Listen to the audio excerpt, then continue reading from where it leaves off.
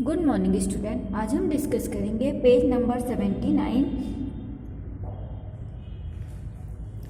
Another type of connective tissue cartilage has widely space cell.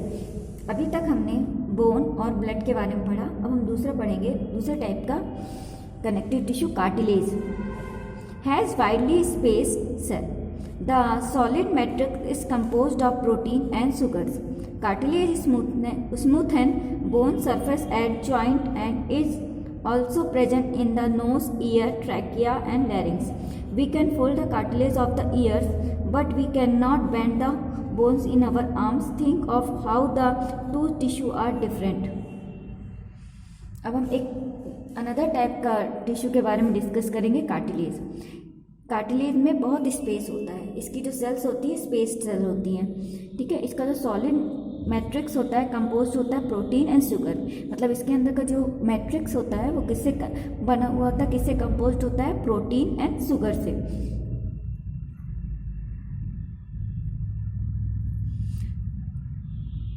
हमारी जो cartilage होता है स्मूथन बोन्स जो होती है उसके सरफेस को ज्वाइंट करता है। Joint at bone surface at joint.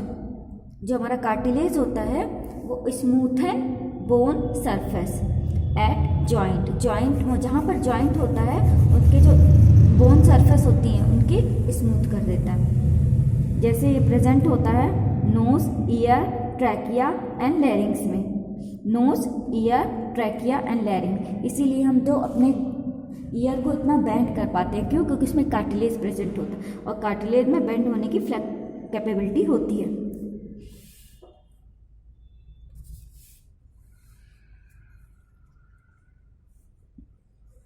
Areolar connective tissue is found between the skin and muscles, around blood vessels and nerves and in the bone marrow. It fills the space inside the organ, supports internal organ and help in repair of tissue. Where are fats stored in our body?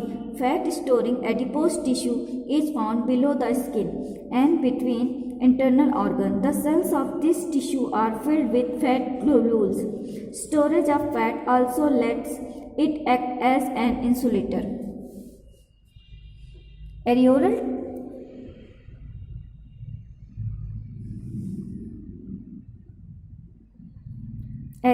Tissue हमारे present होते हैं skin and muscles के बीच में, between the skin and muscles and blood vessels के around चारों तरफ and nerves के चारों तरफ एंड बोन मैरो। तो कहाँ कहाँ प्रेजेंट होते हैं? स्किन एंड मसल्स के between, around blood vessels and nerve के चारों तरफ एंड बोन मैरो में, in bone marrow.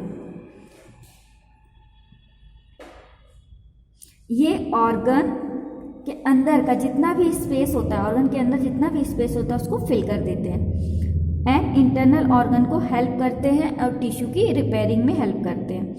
Internal organ के रिपेयरिंग में हेल्प करते हैं और इंटरनल ऑर्गन को सपोर्ट करते हैं। थर्ड टाइप का आया फैट टिश्यू। जहाँ जहाँ फैट स्टोर होती है वहाँ पर हमारे ये फैट स्टोरिंग एडिपोज टिश्यू मिलते हैं। एडिपोज टिश्यू मतलब फैट टिश्यू, जहाँ जहाँ फैट स्टोर होगी वहाँ पर एडिपोज टिश्यू मिलेंगे। ये स्किन के जस्ट नीचे, below the skin and between the internal organ, internal organ के बिटवीन द मिलते हैं and below the skin, skin के जस्ट नीचे मिलते हैं। इनके बीच ये इनके जो टिश्यू होते हैं वो फैट ग्लोब्यूल्स, ग्लोब्यूल मतलब ऐसे गोले गोले, तो फैट ग्लोब्यूल से फिल रहते हैं। ये जो टिश्यू होते हैं फैट ग्लोब्यूल से फिल रहते हैं और जो फैट जो हमारा स्टोरेज रहता है and storage of the food also let it act and. अब इनके अंदर क्या रहता है? फैट का स्टोरेज रहता है, इसीलिए इंसुलेटर जैसे ही काम करते हैं।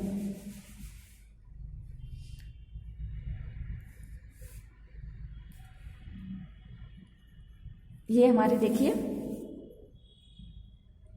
ये हमारे एल्वियोलर टिश्यू और ये हमारे फैट टिश्यू। देखिए फैट ड्रॉपलेट्स हैं। नेक्स्ट आया हमारा muscular tissue. Muscular tissue consists of elongated cell, also called muscle fibers. This tissue is responsible for movement in our body. जो मस्कुलर टिश्यू होते हैं वो इलांगेटेड लंबी सेल्स से बने होते हैं जिन्हें मसल्स फाइबर बोलते हैं, और ये टिश्यू बॉडी में मूवमेंट के लिए रिस्पॉन्सिबल होते हैं। तो इलांगेटेड होते हैं मसल्स फाइबर। कैसे होते हैं? इलांगेटेड।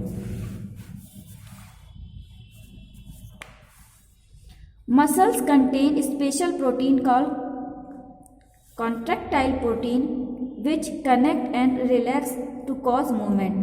मसल्स फाइबर, मसल्स की जो टिश्यू होते हैं उसमें स्पेशल टाइप का प्रोटीन प्रेजेंट होता है। This is called contractile protein. उसे हम कॉन्ट्रैक्टाइल प्रोटीन कहते हैं। ये contact and relax, contact and relax में हेल्प करता है, जिसके कारण हम मूव कर पाते हैं। अगर हम मूव तभी कर पाते हैं जब मसल्स क्या होती है? कॉन्ट्रैक्ट एंड रिलैक्स होती हैं। ये देखिए टाइप्स ऑफ मसल्स हैं। ये हमारी स्ट्रेटेड मसल्स है, ये हमारी स्मूथ मसल्स है, और ये हमारी कार्डियक मसल है। We can move some muscles by conscious will muscles present in our limbs move when we want them to and stop when so decide. Such muscles are voluntary muscles. तो voluntary muscles वो होती है जो हम decide करते हैं कि वो मूव करे तब वो मूव होती है। जैसे हम लेग्स को जब चाहेंगे तब आगे पीछे बैकवर्ड फॉरवर्ड मूवमेंट दे सकते हैं, जैसा भी हम चाहे मूव करा सकते हैं। तो जब हम डिसाइड करेंगे तभी वो मसल्स अगर मूव करे तो उसके कहते हैं वॉलेंट्री मसल। तो voluntary muscles we want them to and stop, तभी मूव करती हैं वो जब हम चाहते हैं और जब हम स्टॉप करते हैं। तो वो क्या होती हैं? Voluntary muscles. तो हमारी जो स्ट्रेटेड मसल्स होगी ये क्या है? हमारी वॉलेंट्री मसल्स। जैसे लेग्स में, हैंड में, लिम्स में जितने भी हमारे प्रेजेंट होती है वो वॉलेंट्री मसल्स होती है, क्योंकि वो हमारे डिसीजन से आगे पीछे होती है। These muscles are also called skeletal muscle, इसीलिए उनको skeletal muscles भी बोलते हैं। They are mostly attached to bones and help in body movement. Under the microscope, these muscles show alternate lights and dark band or striation which stain appropriately. As a result, they are also called striated muscles. The cells of this tissue are long, cylindrical, unbranched and multinucleated having many nuclei. जो हमारी voluntary muscles होती हैं इनको जब हम microscope से देखते हैं तो इसमें डार्क एंड लाइट बैंड दिखते हैं, स्ट्रेट, ठीक है। और जब इनको हम लाइट एंड बैंड होते हैं ये हमको स्ट्रेटा जैसे लिखते हैं, इसीलिए इनको क्या बोलते हैं? स्ट्रेटिफाइड मसल्स कहते हैं। जब हम इनको स्टेन करिए तो स्टेनिंग की जाती है तो ये हमको ऐसे लाइट एंड डार्क बैंड दिखते हैं पूरा स्टेन पे, इसीलिए इनको क्या बोलते हैं? Stratified muscles. ये मोस्टली इनको स्केलेटन मसल्स भी कहते हैं, और ये क्या रहती है? मोस्टली बोन से अटैच रहती है और बॉडी मूवमेंट में हेल्प करती है। ये बोन से अटैच रहती हैं, इनको स्केलेटन मसल्स भी बोलते हैं, और ये बॉडी मूवमेंट में हेल्प करती है। इनमें लाइट एंड डार्क बैंड दिखते हैं जब हम इनको माइक्रोस्कोप से देखते हैं, और स्टेन करने के समय इनमें क्या होता है? जब हम इनको स्टेन करते हैं तो ये पूरी तरह से जब अप्रोप्रिएटली स्टैन हो जाते हैं और हमको ये लाइट एंड डार्क बैंड दिखते हैं माइक्रोस्कोप में स्टैन करने पर। स्टेनिंग मतलब कलरिंग करने पर। तो इसीलिए इनको क्या बोलते हैं? Striated muscles. ये मोस्टली लॉन्ग होते हैं, सिलेंडर के शेप के होते हैं, अनब्रांच्ड होते हैं और मल्टी न्यूक्लिएट होते हैं, मतलब इनमें एक से ज़्यादा न्यूक्लियाई होते हैं।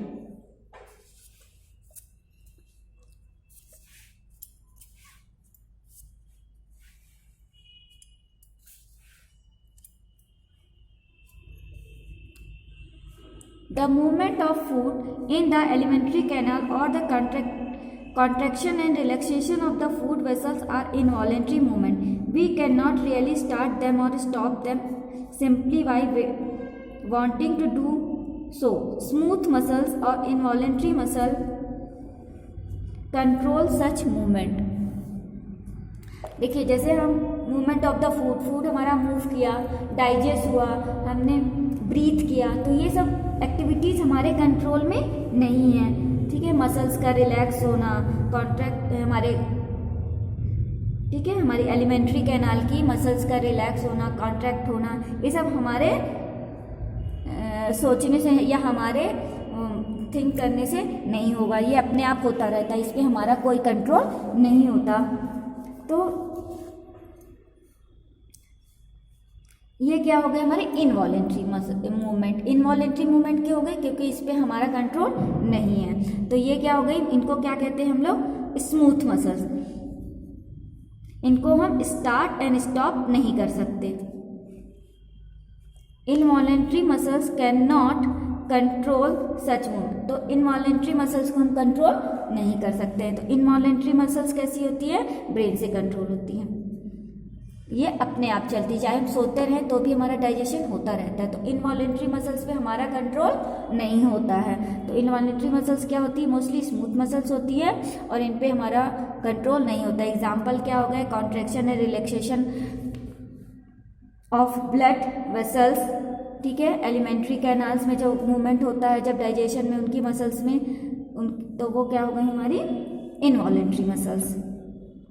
They are also found in the iris of the eye, in ureter and in the bronchi of the lungs. The cells are long with pointed end and uninucleated, having a single nucleus. They are also called unstriated muscles. Why would they be called that?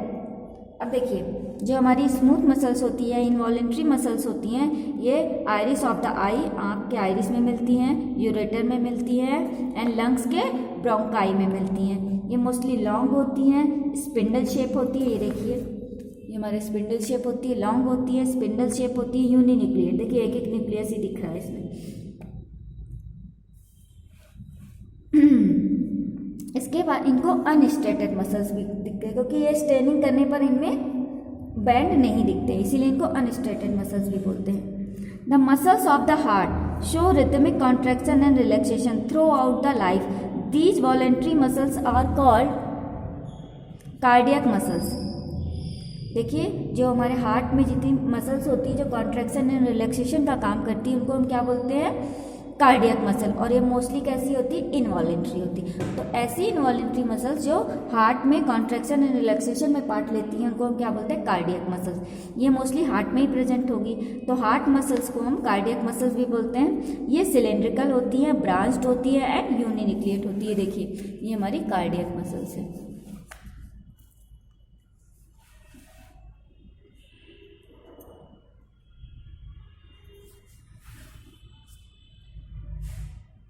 इसके बाद हमारा next topic है nervous tissue. All the cell possess the ability to respond to stimuli. However cells of the nervous tissue are highly specialised for being stimulated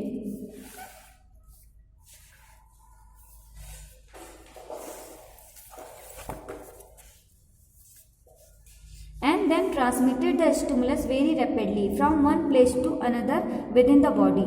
The brain, the spinal cord and nerve all are composed of the nervous tissue.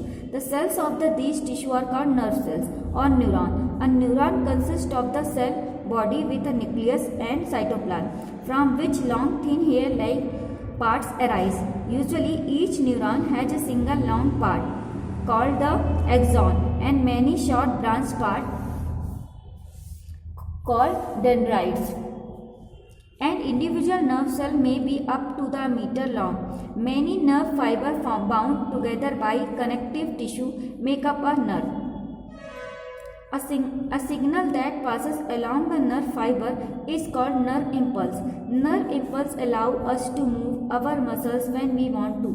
The functional combination of the nerve and muscles tissue is fundamental to most animals. This combination enables animal to move rapidly in response to stimuli.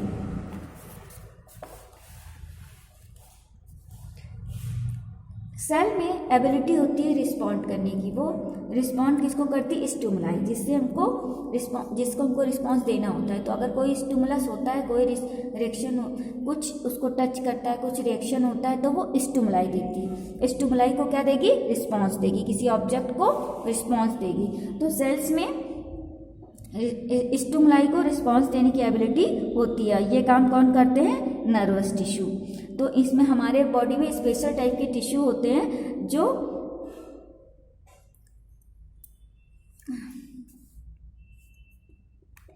Stimulate करते हैं इन signals को। Cells of the nervous tissue और highly specialise, ये highly specialised होती है और stimulate करती हैं और मैसेज को ये ट्रांसमिट करती हैं। उस स्टिमुलस के रिस्पांस को रैपिडली एक प्लेस से दूसरी प्लेस में ट्रांसमिट कर देती है। मतलब जो स्टिमुलाई का जो रिस्पांस है वो एक प्लेस से दूसरे प्लेस तक पहले स्टिमुलेट करेगी और उसके बाद फिर ट्रांसमिट कर देगी। Brain, spinal cord and nerve, इसमें ये सब मिलके क्या बनाते हैं? Nervous tissue. Brain, spinal cord and nerves, ये सब मिलके हमारे नर्वस टिश्यू बनाते हैं। सेल्स ऑफ दिस टिश्यू,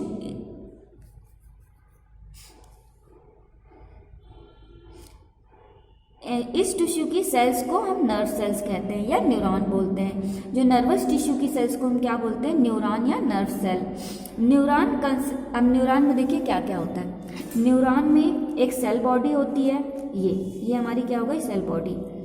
इसमें क्या होता है? न्यूक्लियस, ये न्यूक्लियस है, इसके अंदर ये साइटोप्लाज्म है। हेयर लाइक स्ट्रक्चर होते हैं जिनको हम बोलते हैं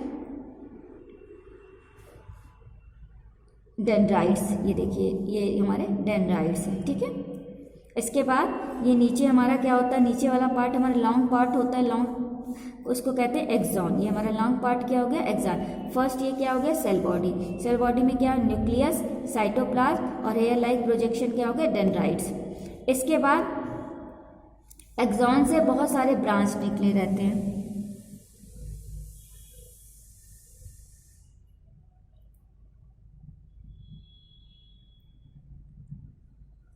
ये ब्रांच तो हमारे क्या हो गए? डेंड्राइट से बहुत सारे ब्रांच निकले, इनको क्या कर लिए? डेंड्राइट्स। इसके बाद यहाँ पर नर्व एंडिंग होती है, ये हमारे नर्व एंडिंग है, ठीक। ये हमारी जो एक नर्व सेल होती है ये up to a metre long, 1 metre से अप हो सकती है, up to a metre long, इतनी लंबी होती है, ठीक है। 1 मीटर से उतनी या 1 मीटर से ज़्यादा भी हो सकती है। अप टू 1 मीटर हमारी कितनी होती है? 1 मीटर तक हो सकती है हमारी न्यूरॉन कितनी होगी? Up to 1 metre.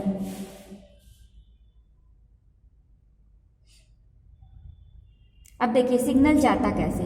जैसे ही सिग्नल नर्व फाइबर में आया तो इम्पल्स बनती है। The signal that passes along the nerve fibre is called nerve impulse. तो हमारी जो इम्पल्स के थ्रू सिग्नल पास होते हैं, तो nerve impulse allow us to move our muscles. अब ये इम्पल्स जैसे ही आते हैं तो ये हमारी मसल्स को क्या कर देती है? मूव करने के लिए स्टिमुलेट कर देती है। जब हम चाहते हैं तो हमारी मसल्स क्या होगी? मूव होगी। तो नर्व और मसल्स दोनों मिलकर क्या करती है?